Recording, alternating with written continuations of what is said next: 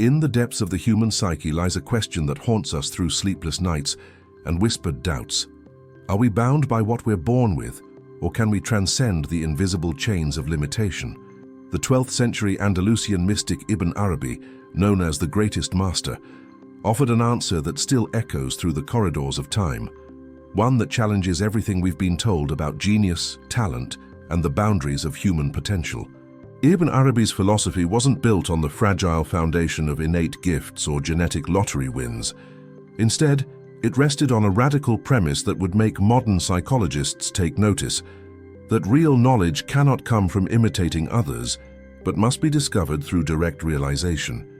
This wasn't just mystical poetry, it was a blueprint for transformation that anticipated contemporary science by 8 centuries. What he understood in the quiet solitude of his spiritual practice was that the human being is not a fixed entity, but a canvas of infinite possibility, waiting to be awakened through deliberate engagement with reality itself. Modern research has validated what Ibn Arabi intuited through his mystical insights. The conviction that innate talent determines who rises to greatness has been systematically dismantled by decades of psychological investigation. When scientists examine true experts, those who have reached the pinnacle of their fields, they find something unsettling to those who believe in predetermined destiny. Innate talent plays little to no role in determining how high these individuals have climbed. Instead, the key factor emerges as engagement in what researchers call deliberate practice, the very kind of transformative effort that Ibn Arabi described as the path to spiritual realization. The Sufi master taught that achieving fusion with God required renunciation of everything that was not God, a deep introspection, an internalized devotion that implied strict observance combined with individual experiences. Strip away the religious language, and what remains is a methodology strikingly similar to what modern performance science has discovered. That exceptional ability is the result of adaptations to extended and intense practice activities that selectively activate dormant capacities contained within all healthy individuals. We are not limited by what we possess at birth. We are limited by what we refuse to awaken within ourselves. Ibn Arabi's journey from worldly pleasures to spiritual mastery began at age 21, after an encounter with the philosopher Averroes sent him turning deeply inward.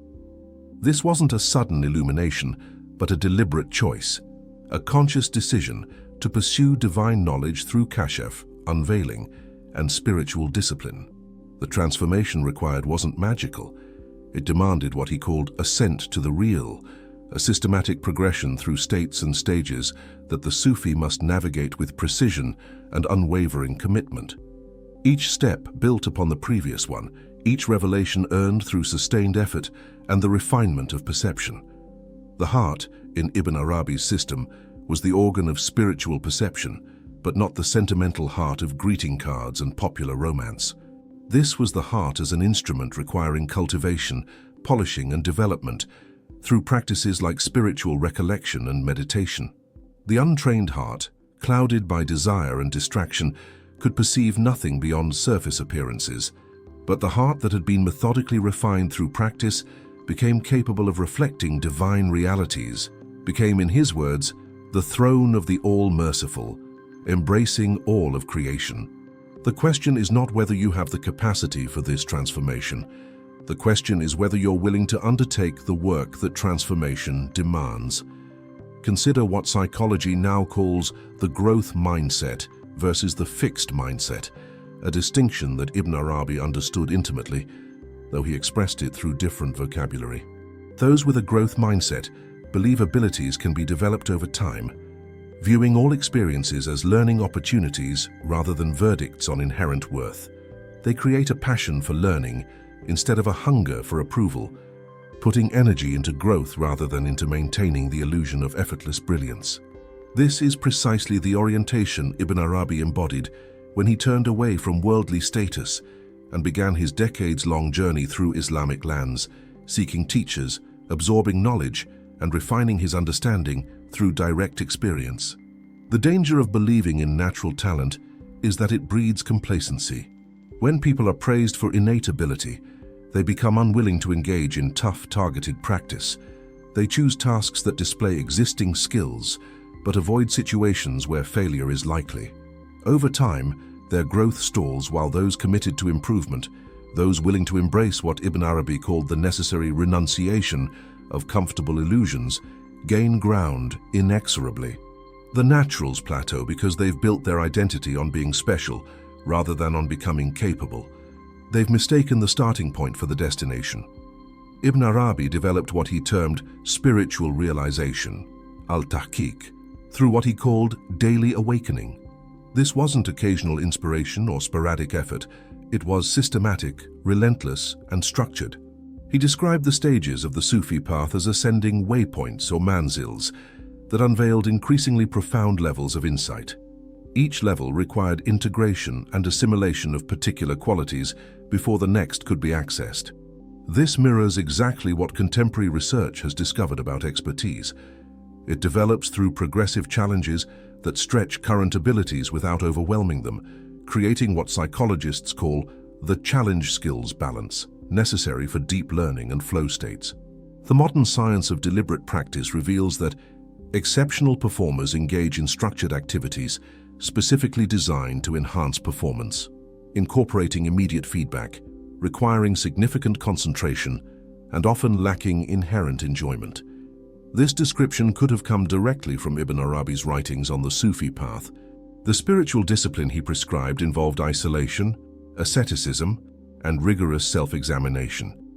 Not because these were pleasant, but because they were necessary for transformation. He understood that growth happens at the edge of discomfort, in the territory where the current self dissolves and a more capable self emerges from the friction of challenge and response. What Ibn Arabi called knowledge through direct insight stands in stark contrast to knowledge acquired through imitation or authority. The highest form of knowledge, he taught, comes through kashf or unveiling, direct insight that transcends both sensory perception and rational deduction. This doesn't negate the value of rational inquiry or sensory observation, but situates them within a larger epistemological framework that recognizes their limitations. In practical terms, this means that reading about a skill or watching others perform it can never substitute for the direct embodied knowledge that comes from personal engagement. You cannot think your way to mastery. You must live your way there through accumulated hours of focused practice that rewire your neural architecture at the most fundamental level.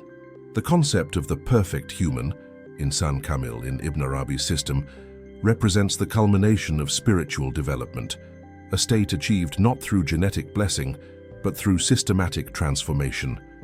This perfect human is not born, but made, forged through ascending stages of insight and realization that parallel what Jungian psychology calls the individuation process. It's the integration of conscious and unconscious dimensions of personality, the unfolding of the self as the regulating center of the psyche. In both frameworks, mystical and psychological, the endpoint is not superhuman, but fully human, realizing capacities that were always latent but never activated.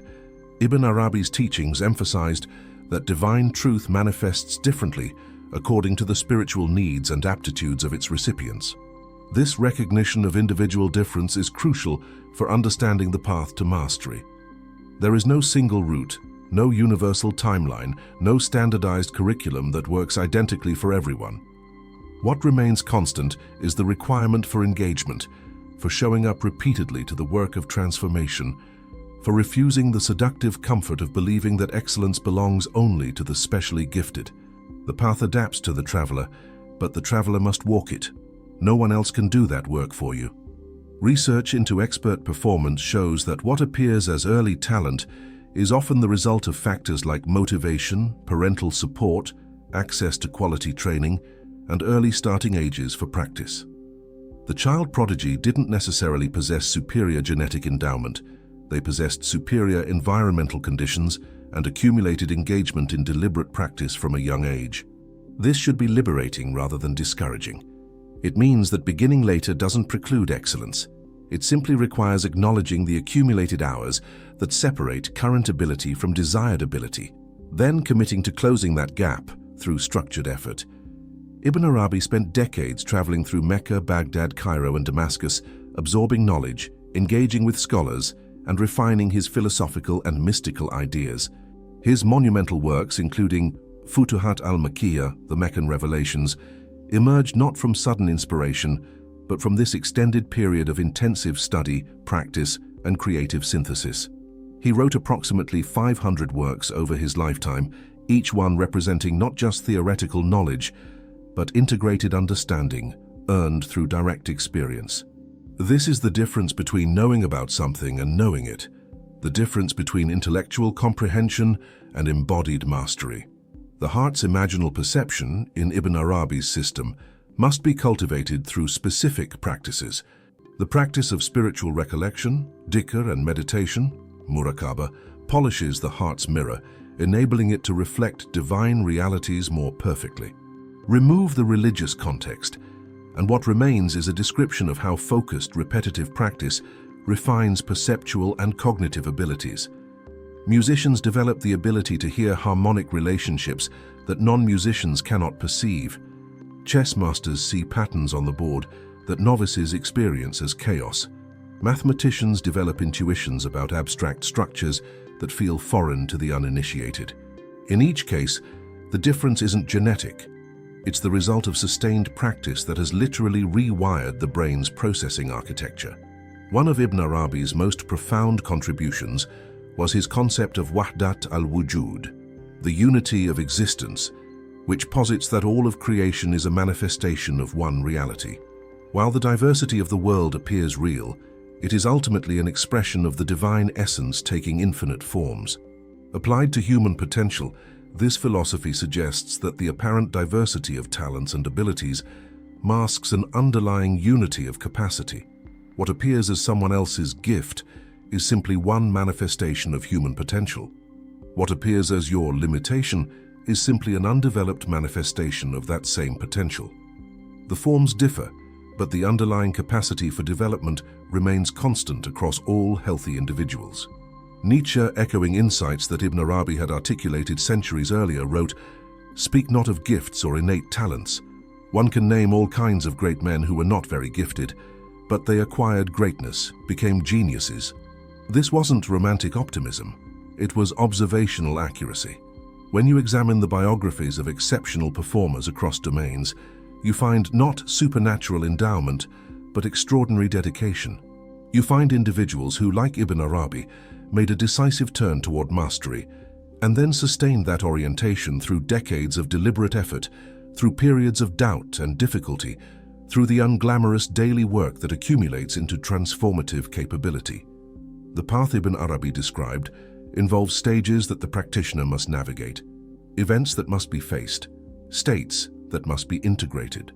This isn't linear progression but spiral development, returning to similar challenges at higher levels of complexity, each iteration deepening understanding and capability.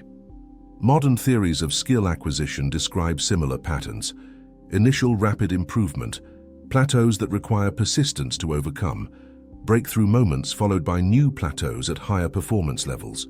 The journey to mastery is not a straight line, but a spiral staircase, where each revolution brings you back to familiar territory, transformed by accumulated practice. Ibn Arabi's philosophy integrated mysticism with philosophy and theology, using reasoning, Quranic verses, prophetic traditions, poetry, visions, and mystical states to convey his thoughts. This multifaceted approach, combining intellectual, emotional, experiential, and intuitive modes of knowing, reflects what modern learning science has discovered about deep integration of knowledge. Mastery requires engaging multiple cognitive and affective systems simultaneously, not just accumulating disconnected facts. It requires what Ibn Arabi called the transformation of the knower, not merely the acquisition of information. The imaginal faculty, in Ibn Arabi's system, must be developed through navigating imaginal realms, each associated with particular qualities and divine names. His description of the Prophet Muhammad's heavenly ascent, Miraj, presents the voyage of realization as a journey through ascending imaginal realms, each requiring the integration of specific qualities before the next becomes accessible. This maps directly onto what contemporary psychology describes as progressive skill development. You cannot access advanced techniques, until you've integrated foundational ones. You cannot perceive subtle distinctions until you've mastered obvious ones. You cannot perform complex operations until simpler operations have become automatic. The station of no station that Ibn Arabi describes, a state beyond all limitations, parallels what psychologists call the flow state, where conscious effort gives way to effortless execution. But this effortlessness is not the starting point, it's the end point of extensive deliberate practice that has made complex skills automatic. The master pianist doesn't consciously think about finger placement. Decades of practice have encoded those patterns into implicit memory, freeing conscious attention for higher-level musical expression. This is the paradox of mastery. It appears effortless, precisely because it required immense effort to develop. Ibn Arabi's teachings emphasize that the divine manifests through creation, expressed in his famous saying, "The color of water is the color of its container." Applied to human development, this suggests that potential takes the form of whatever container, whatever practice, discipline, or domain we pour it into.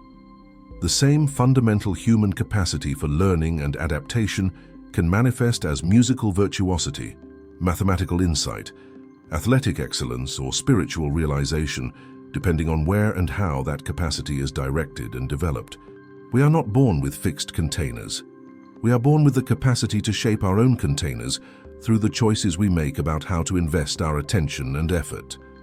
The heart, cleansed of selfish desires through disciplined practice, becomes capable of perceiving truth that remains hidden to the untrained. This is not mystical metaphor, but accurate phenomenology. Desire, distraction, and ego protection create noise that interferes with clear perception. The athlete who's too worried about looking good can't focus on technique refinement. The artist too attached to current style can't experiment with new forms. The student too afraid of appearing ignorant can't ask the questions necessary for understanding. The work of cleansing the heart is the work of reducing this interference, developing the capacity to subordinate ego needs to learning needs, to tolerate the discomfort of incompetence in service of eventual competence. Ibn Arabi's poetry conveys this transcendence beautifully. My heart has become capable of every form, a pasture for gazelles, a temple for idols, and the Kaaba for the pilgrim. This capacity for every form is not poetic exaggeration, but literal description of what a developed mind can do. Hold multiple perspectives, entertain contradictions, navigate between different domains of understanding without rigidity or defensiveness. This cognitive flexibility is a hallmark of expertise, developed through exposure to diverse challenges and the integration of varied experiences into coherent understanding. The theoretical foundation Ibn Arabi laid in his works, particularly the Science of Letters, provided what he considered necessary knowledge for the Sufi's ascent to the real. Then he moved to describing the practices that the pilgrim must follow for spiritual advancement and personal perfection. This sequence, theory followed by practice, reflects sound pedagogical principle. Understanding why you're doing something and how it fits into a larger framework enhances motivation and enables intelligent adjustment when standard approaches don't work. But understanding alone achieves nothing. It must be wedded to consistent, intelligent practice. The concept of mastery as pain, asymptotic, and a mindset captures essential truths about the path to excellence.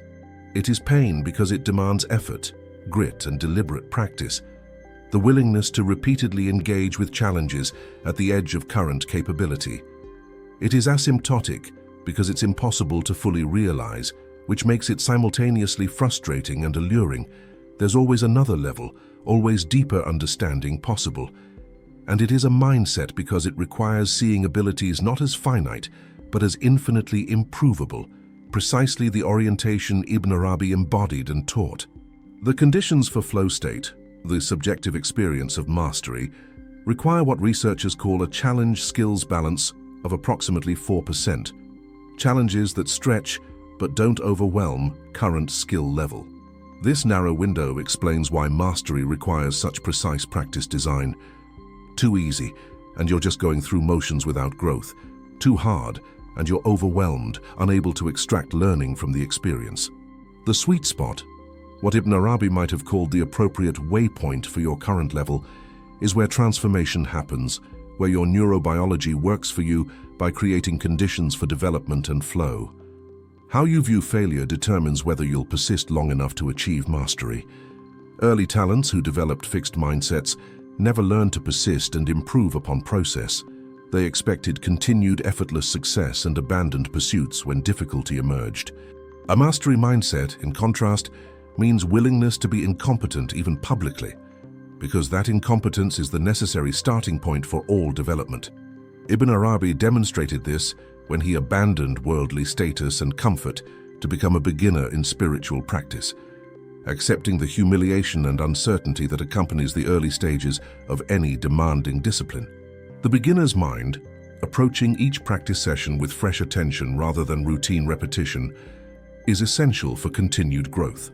As we improve and become more proficient, we risk glossing over individual steps and taking shortcuts that undermine further development.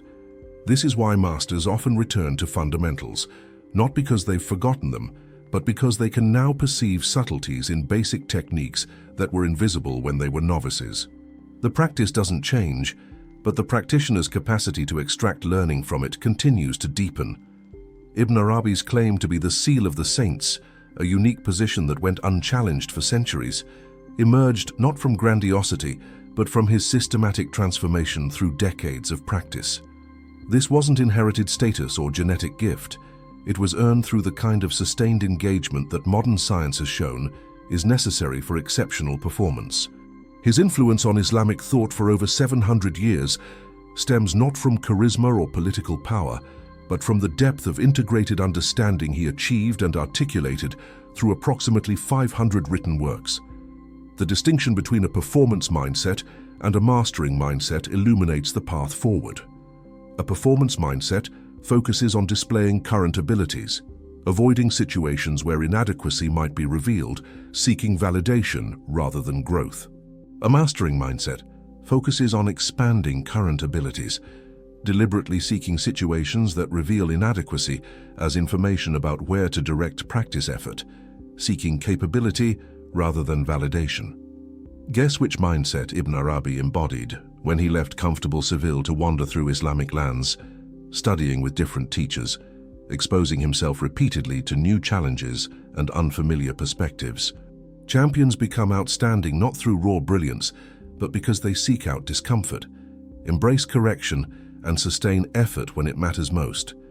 They schedule deliberate practice sessions with feedback, focusing not on repeating what they already know, but on practicing the hard stuff, reviewing results and seeking critique from others. This is precisely the methodology Ibn Arabi described in his spiritual teachings: the systematic engagement with challenges that stretch current capacity, the integration of feedback through direct experience, the sustained effort across decades rather than days. The development of expert performance is primarily constrained not by genetic factors, but by individuals' engagement in deliberate practice and the quality of available training resources. This is simultaneously empowering and demanding.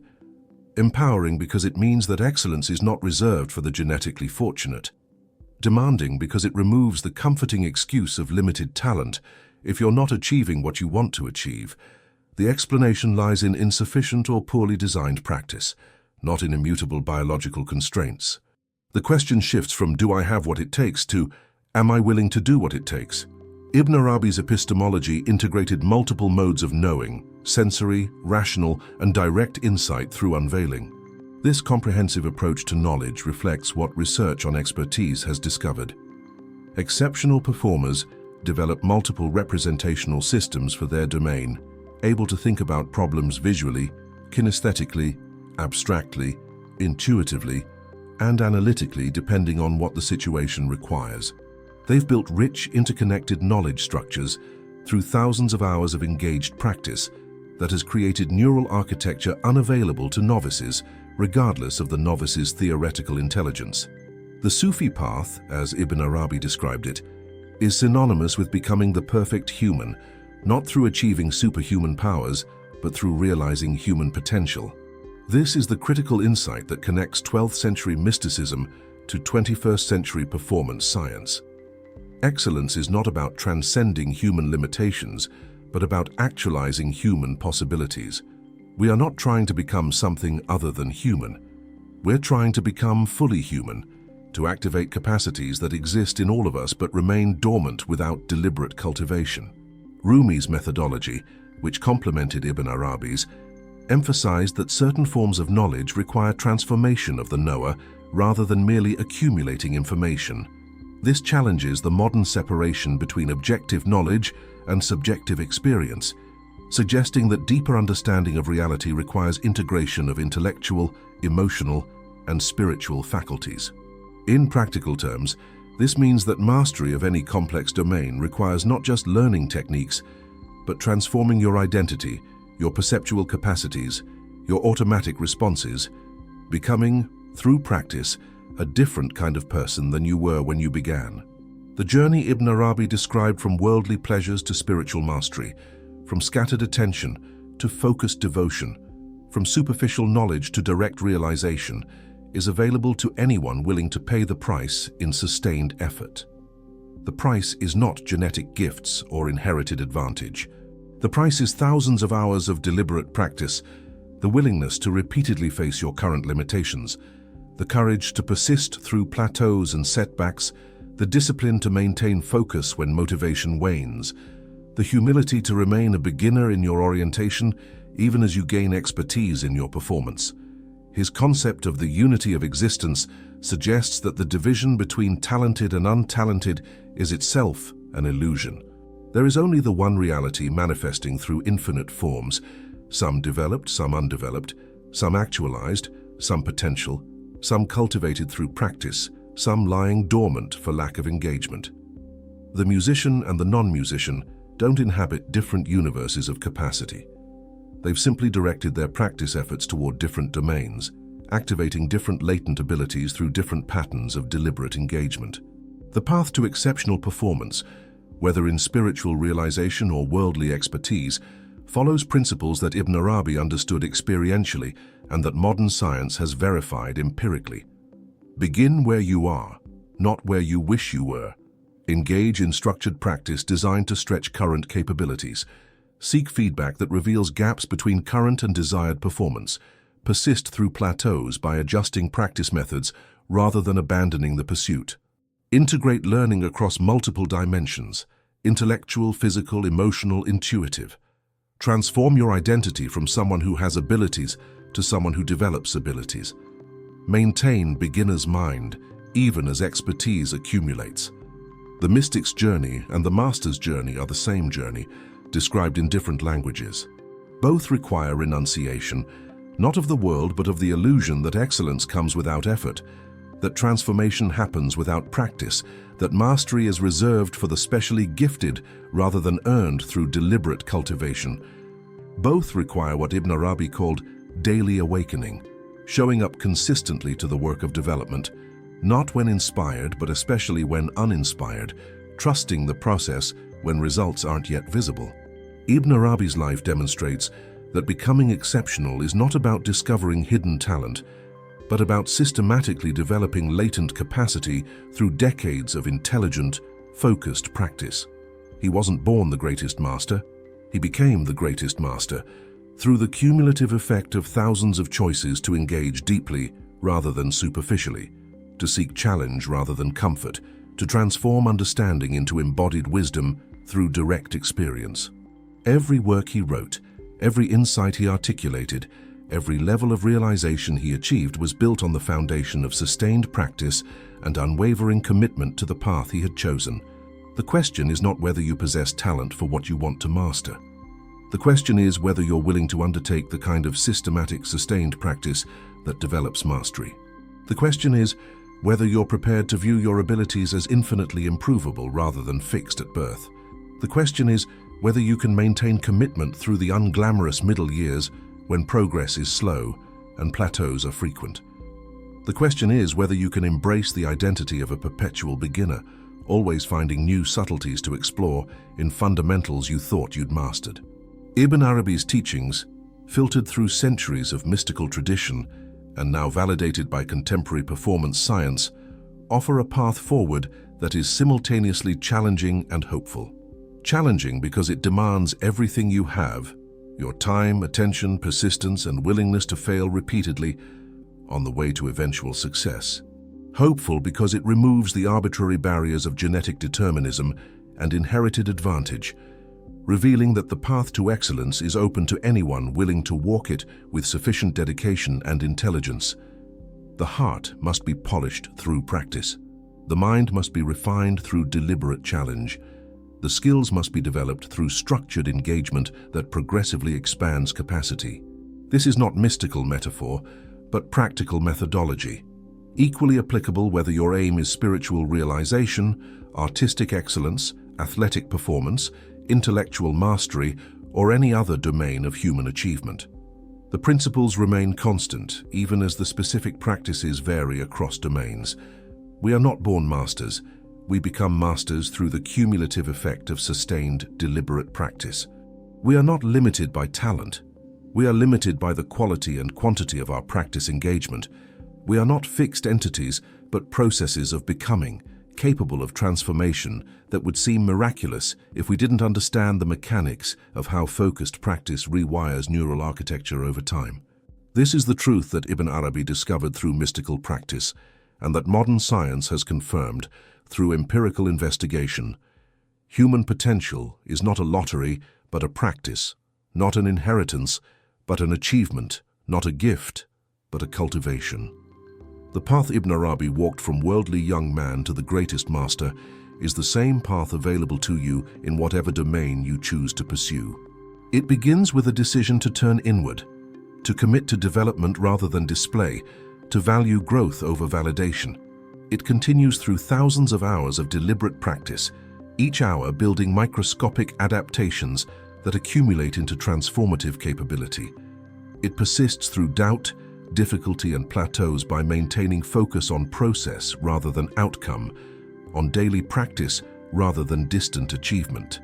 It culminates not in reaching a final destination, but in becoming someone capable of continued growth, someone who has transformed limitations into possibilities through the alchemy of sustained intelligent effort.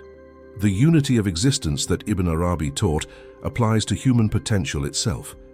Beneath the apparent diversity of talents and abilities lies a common substrate, the capacity for learning, adaptation, and development that characterizes our species. What we call talent is often just early practice or environmental advantage that created a head start. What we call limitation is often just undeveloped capacity waiting for the catalyst of deliberate engagement. The water takes the color of its container, and you are both the water and the container's maker. The form your potential takes depends entirely on where and how you choose to direct your practice efforts. Ibn Arabi spent decades traveling, studying, practicing, and synthesizing, not because he was specially gifted, but because he was specially committed. His 500 works emerged not from momentary inspiration, but from sustained engagement with ideas, practices, and experiences over a lifetime. His influence for over 700 years stems not from charisma, but from depth of understanding earned through the kind of deliberate practice that modern science has shown is necessary for expertise in any domain. He became exceptional, not despite lacking innate talent, but precisely because he didn't rely on talent. He relied on something far more powerful and reliable: systematic, intelligent, sustained practice. This is the secret that those who achieve mastery understand but rarely articulate clearly. Excellence is not mysterious, it's methodical. It doesn't require genetic gifts, it requires deliberate practice. It doesn't demand natural talent, it demands unnaturally sustained effort. It doesn't need innate genius, it needs intelligent engagement with progressive challenges over extended time. The path is simple to describe but difficult to walk, which is precisely why so few walk it to completion. Most people prefer the comforting lie that excellence requires talent they lack, rather than the challenging truth that excellence requires work they could do but haven't yet committed to doing. Ibn Arabi's greatest teaching might be this: the distance between who you are and who you could become is measured not in genetic endowment, but in practice hours. The gap between current ability and desired mastery is bridged not by discovering hidden talent, but by designing and executing deliberate practice that systematically expands capability. The transformation from novice to expert, from ordinary to exceptional, from limited to realized, is not magical. It's methodical. It requires the kind of daily awakening, sustained commitment and intelligent practice that Ibn Arabi both embodied and taught. You are not born exceptional. You become exceptional through the choices you make about how to invest the irreplaceable hours of your life. You become exceptional by refusing the seductive excuse of limited talent and accepting the challenging invitation of unlimited practice. You become exceptional by walking the path that Ibn Arabi walked 8 centuries ago and that every master in every domain has walked since, the path of systematic transformation through deliberate engagement with progressive challenges. The path is open. The question is whether you'll walk it.